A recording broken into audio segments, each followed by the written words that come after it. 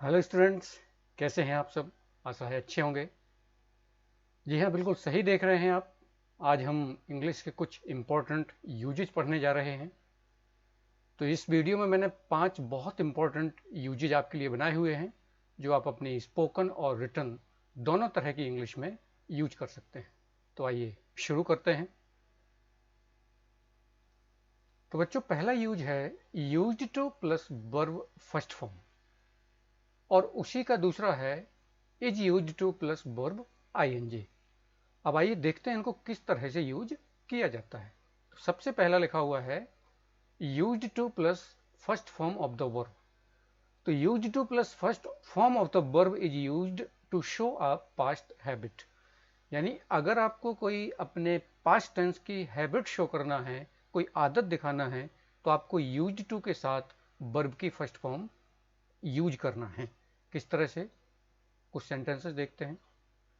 पहला लिखा हुआ है I use to learn 10 words of English every day. मैं प्रतिदिन इंग्लिश के 10 शब्द याद किया करता था। यानी कोई काम आप रेगुलर बेसिस पर किया करते थे, आपकी ये हैबिट थी। जैसे एक और सेंटेंस लिखा हुआ है we use to be afraid of our class teacher. हम अपने क्लास टीचर से डरा करते थे। Next sentence, I use to help my friends with their studies. मैं अपने मित्रों की उनके होमवर्क में सहायता किया करता था। इसी तरह ये नेगेटिव लिखा हुआ है he didn't use to attend the class regularly. वह नियमित रूप से क्लास अटेंड नहीं किया करता था। ये इंटेरोगेटिव लिखा हुआ है did they use to live in this city. क्या वे इस शहर में रहा करते थे। अब इसका स्ट्रक्चर क्या है।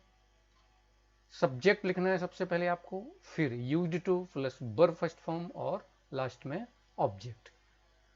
अब नेक्स्ट यूज देखते हैं, फिर उसके बाद इन दोनों का कंपैरिजन समझते हैं। नेक्स्ट है is used to plus verb plus ING. यानी used to plus verb ING is used to indicate that one is familiar with something और अकस्टम्ड टू समथिंग। यानी अगर आप किसी पर्टिकुलर हैबिट में, अगर आपको कोई हैबिट है, कोई लत लगी हुई है, अकस्टम्ड है, तो फिर हेल्पिंग वर्ब के बाद used to plus verb ING का यूज किया जाता है, वर्ब की फर्स्ट फॉर्म नहीं। जरा एक जो एग्जांपल्स देखते हैं। He is used to taking tea. उसे चाय पीने की आदत या लत है। तो यहाँ इज लिखा हुआ है, उसके बाद यूज्ड टू लिखा हुआ है, तो यहाँ हमें वर्ब के साथ आईएनजी का यूज करना है, वर्ब की फर्स्ट फॉर्म नहीं। She is used to getting up late. उसे लेट उठने की आदत है। ये भी एक उसकी हैबिट है, ये लत है। I am not used to working late at night. मुझे रात में लेट कार्य करने की आदत नहीं है। They are used to gambling. उन्हें जुआ खेलने की या गैम्बलिंग की आदत या लत है। यहाँ लिखा हुआ है, अब इसका स्ट्रक्चर क्या है, थोड़ा सा डिफरेंट है। जो फर्स्ट यूज था उससे थोड़ा डिफरेंस क्या है। Subject plus helping verb is am are was verb plus verb ING plus object. यहाँ लिखा हुआ है अ नाउन और pronoun can also be used after used to.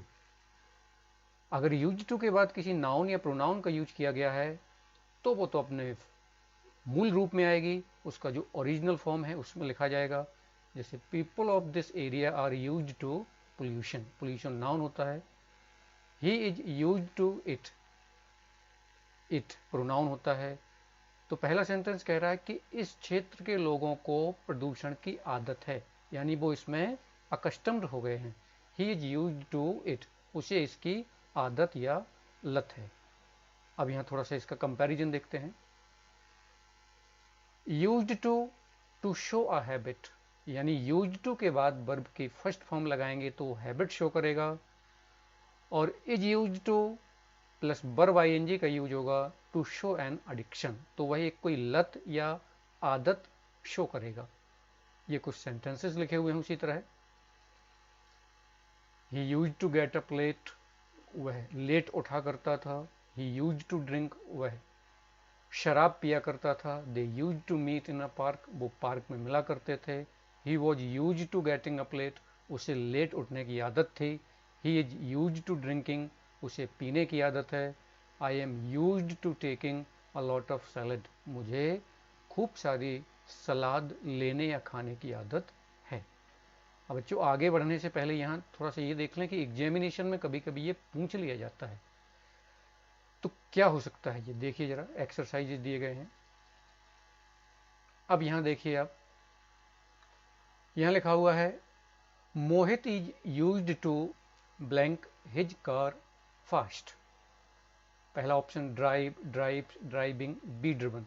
और दूसरा लिखा हुआ है Mohit used to blank his car fast. तो पहले ऑप्शन में यानी जो पहला एक्सरसाइज है इसमें क्या भरेंगे आप। अब आपको एग्जाम, जब भी एग्जाम में बैठे हुए हों, अगर यूज्ड टू के पहले इज एम और वॉज वर्ब का यूज किया गया है तो आपको वर्ब आईएनजी का यूज करना है। तो इसमें क्या भरा जाएगा, ड्राइविंग। और यदि यूज्ड टू से पहले कुछ भी नहीं है, केवल सब्जेक्ट लिखा हुआ है मोहित, रोहन, ही, शी या कुछ भी, तो आपको वर्ब की फर्स्ट फॉर्म का यूज करना है। तो इसमें कौन सा आएगा, ड्राइव। और ऊपर वाले में वर्ब आईएनजी यानी ड्राइविंग। तो बच्चों एग्जाम की दृष्टि से ये काफ़ी महत्वपूर्ण है। अगर आप इसको इस तरह से यूज करेंगे तो ये आपके लिए यूजफुल रहेगा। तो बच्चों मुझे आशा है आपको ये समझ आ गया होगा कि used to plus verb ING और used to plus verb first form क्या होता है। तो आप वीडियो को पॉज करके एक बार और देख सकते हैं ये दोनों यूजेज, और ये आपके स्पोकन और रिटन दोनों तरह की इंग्लिश के लिए ज़रूरी हैं। चलिए सेकंड यूज की ओर जाते हैं। अब सेकंड यूज क्या है, use number 2, following are some important words and phrases which are followed by verb plus ING. तो बच्चों यदि आपको कहीं पर भी इतने वर्ड्स या फ्रेजेज, फ्रेजेज का मतलब होता है ग्रुप ऑफ वर्ड्स जिसमें 2, 3 या उससे अधिक शब्द होते हैं, तो कहीं भी आपको इतने वर्ड्स या फ्रेजेज लिखे हुए मिले हैं तो उसमें आपको वर्ब का फर्स्ट फॉर्म यूज नहीं करना है बल्कि वर्ब आईएनजी का यूज करना है। अब ये वर्ड्स कौन कौन से हैं मैंने इस टेबल में बनाए हुए हैं। ये इंग्लिश है, ये उसकी हिंदी लिखी हुई है, तो आपको सभी को ध्यान से देख लेना है वीडियो को पॉज करके और इनको याद कर लेना है। इतने मेन वर्ड्स हैं, ये मैंने डिस्प्ले किए हुए हैं। अब उनकी हिंदी मीनिंग के साथ साथ एक एक सेंटेंसेस भी बहुत अच्छे से लिखा हुआ है। अब जैसे पहला वर्ड लेता हूं मैं, पहला लिखा हुआ है, ये फ्रेज है, लुक फॉरवर्ड टू, उत्सुकता से प्रतीक्षा करना। तो I am looking forward to meeting you, मैं आपसे मिलने की उत्सुकता से प्रतीक्षा कर रहा हूं या आपका इंतजार कर रहा हूं। तो आपको क्या ध्यान रखना है, I am looking forward to meet you नहीं होगा टू मीटिंग यू। अगर कभी एग्जाम में पूछ लिया जाए तो अगर यहाँ पर ब्लैंक लिखा हुआ है और 4 ऑप्शन दिए गए हैं, एक लिखा हुआ है मीट, मीट्स, मीटिंग या हैव मैट, तो आपको ध्यान रखना है कि looking forward to plus verb ING. इसी तरह नेक्स्ट लिखा हुआ है with a view to, I am learning English with a view to passing this exam, मैं इस एग्जाम को पास करने के उद्देश्य से इंग्लिश सीख रहा हूँ। तो विथ अ व्यू टू के उद्देश्य से, ये आईएनजी वाला है, इसमें पास नहीं होगा। इसी तरह कमिटेड टू के प्रति समर्पित, यूज्ड टू अभ्यस्त। तो बच्चों आपको ये वर्ड्स ध्यान से देख लेने हैं, सेंटेंसेस पढ़ लेने हैं, सेपरेट शीट पर लिख लेने हैं और इतने इंपॉर्टेंट वर्ड्स याद कर लेने हैं, क्योंकि मैंने इनमें इसकी हिंदी लिखी हुई है, इसके सेंटेंसेस बनाए हुए हैं और उनके साथ उसकी एक्सरसाइजेज भी दी गई है। जैसे लिखा हुआ है डोंट माइंड या वुडंट माइंड, की परवाह ना करना, I don't mind your standing here का मतलब हो गया आपके यहाँ खड़े होने पर मुझे कोई परेशानी नहीं, कोई आपत्ति नहीं, मैं कोई परवाह नहीं करता हूँ। अवॉइड लिखा हुआ है, अवहेल न करना, please avoid associating with unsocial elements, कृपया अनसोशल एलिमेंट्स के साथ दोस्ती ना बनाएं। अनसोशल यानी असामाजिक तत्व, अनसोशल एलिमेंट्स। इसी तरह एंजॉय लिखा हुआ है, तो आप इनको देख लीजिएगा। हम थर्ड यूज की ओर जा रहे हैं, इनको पॉज करके आप देखें। हमारा थर्ड यूज है, यूज नंबर थर्ड, ये आइदर का, ये भी एक इंपॉर्टेंट यूज है। आइदर के बच्चों कई यूज होते हैं, लेकिन यहाँ मैं एक अलग यूज बता रहा हूँ। आइदर का यूज यहाँ मैं ऑल्सो के सेंस में बता रहा हूँ, in the sense of also, या हिंदी में बोलते हैं भी। Either is used in a negative statement to express the sense of also, यानी ऑल्सो का अर्थ व्यक्त करने के लिए किसी नेगेटिव या नकारात्मक वाक्य में इसका यूज किया जाता है। एज एन इंटेंसिव, यानी बल देने के लिए, जैसे सेंटेंसेस हैं। इफ यू डोंट ईट, यदि आप नहीं खाएंगे, आई वॉन्ट ईट आइदर, तो मैं भी नहीं खाऊंगा। बच्चों ध्यान रखना, यहाँ ऐसा नहीं बनेगा if you don't eat I want eat also. जब आपको नेगेटिव स्टेटमेंट के बाद दोबारा नेगेटिव लिखना हो तो उसमें ऑल्सो का यूज नहीं होता, उसमें आइदर का यूज होता है। जैसे he can not speak English, वह इंग्लिश नहीं बोल सकता है। He can not speak Hindi either, वह हिंदी भी नहीं बोल सकता है। If the USA doesn't support, यदि यूएसए सपोर्ट नहीं करेगा, नहीं करता है, India can not support either, तो इंडिया भी सपोर्ट नहीं कर सकता है। तो बच्चों इसका ध्यान रखना है, आइदर का यूज इस संदर्भ में ऑल्सो होता है, और ऐसे दो नेगेटिव स्टेटमेंट में ऑल्सो का यूज नहीं किया जाता है, आइदर का यूज किया जाएगा। नेक्स्ट है यूज नंबर 4, इसमें मैं आपको 5 यूजेस बता रहा हूँ, ये 4 है। एगो एंड बिफोर, दोनों का अर्थ पहले होता है।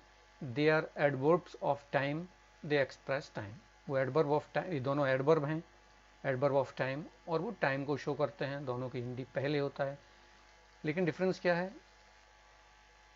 Ago is used only with simple past tense या पास्ट इंडेफिनिट टेंस।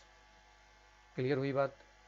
एगो का यूज या तो सिंपल पास्ट यानी पास्ट इंडेफिनिट टेंस के साथ ही किया जाता है, because it expresses past time, क्योंकि यह पास्ट टाइम को शो करता है। And before can be used either with simple past और प्रेजेंट परफेक्ट टेंस। लेकिन जो बिफोर है, या तो इसे आप पास्ट इंडेफिनिट टेंस के साथ यूज कर सकते हैं या प्रेजेंट परफेक्ट टेंस के साथ। देखिए एग्जाम्पल लिखा हुआ है, he got a job 2 months एगो, ये पास्ट इंडेफिनिट है, ये सिंपल पास्ट है। दे मेट 5 years एगो, ये भी पास्ट इंडेफिनिट है। अब बिफोर के लिए देखते हैं, I watched this movie before, मैंने इस मूवी को पहले देखा, ये पास्ट इंडेफिनिट है। I have watched this movie before, ये प्रेजेंट परफेक्ट है। तो बिफोर का यूज प्रेजेंट परफेक्ट या पास्ट इंडेफिनिट कहीं भी कर सकते हैं। अगो का यूज आपको केवल पास्ट इंडेफिनिट में करना है। अब नेक्स्ट यूज है use number 5, too much and much too. अब इनमें डिफरेंस क्या है और इनका अर्थ क्या होता है हम देखते हैं। तो they express that something is in excess, ये दोनों व्यक्त करते हैं कि कुछ ज्यादा है। कोई वस्तु जब आपके पास बहुत अधिक होती है, बहुत अधिक मात्रा में होती है, तो आपको या तो टू मच यूज करना है या मच टू। लेकिन इनमें डिफरेंस क्या है? Too much is used before a noun, यानी टू मच का यूज नाउन से पहले किया जाएगा, किसी संज्ञा से पहले, ध्यान रखना है। But much two is used before an adjective, और जो मच टू होगा वो विशेषण या एडजेक्टिव से पहले किया जाएगा। अब यहां पर एग्जाम्पल है। पहला example, the parcel success gave him too much happiness, आंशिक सफलता ने उसको बहुत अधिक सफलता, बहुत अधिक खुशी दे दी। तो टू मच हैप्पीनेस के पहले यूज किया गया, हैप्पीनेस नाउन है। इट में give him too much pain, यह उसको बहुत अधिक दर्द दे सकता है। पेन कौन सा पार्ट ऑफ स्पीच है? नाउन है, तो टू मच यूज किया गया है। फिर he was much too happy, happy कौन सा पार्ट ऑफ स्पीच है? एडजेक्टिव है, तो टू मच, मच टू का यूज किया गया है, टू मच नहीं। It may be much too painful, यह बहुत अधिक पेनफुल या दर्दनाक हो सकता है, दर्द भरा हो सकता है। तो पेनफुल कौन सा पार्ट ऑफ स्पीच है? एडजेक्टिव। हैप्पी एडजेक्टिव, तो मच टू का यूज किया गया दोनों में, और हैप्पीनेस पेन नाउन होते हैं तो इनमें टू मच का यूज किया गया है। तो बच्चों मुझे आशा है आपको ये समझ आए होंगे। अगर आपको कोई और एक्सप्लेनेशन की ज़रूरत है तो कमेंट्स में नीचे लिखिए, मैं आपको पर्सनली डिटेल में एक्सप्लेन करूंगा। अब अगर आपको वीडियो अच्छा लगा है तो definitely now like, subscribe and share the video. और यदि अच्छा नहीं लगा तो आप मेरे को बताएं, इसमें सुधार किया जाएगा। इसी तरह के 5 इंपॉर्टेंट यूजेस लेकर मैं बहुत जल्दी आपके सामने उपस्थित होऊंगा। तब तक के लिए प्रणाम, नमस्ते।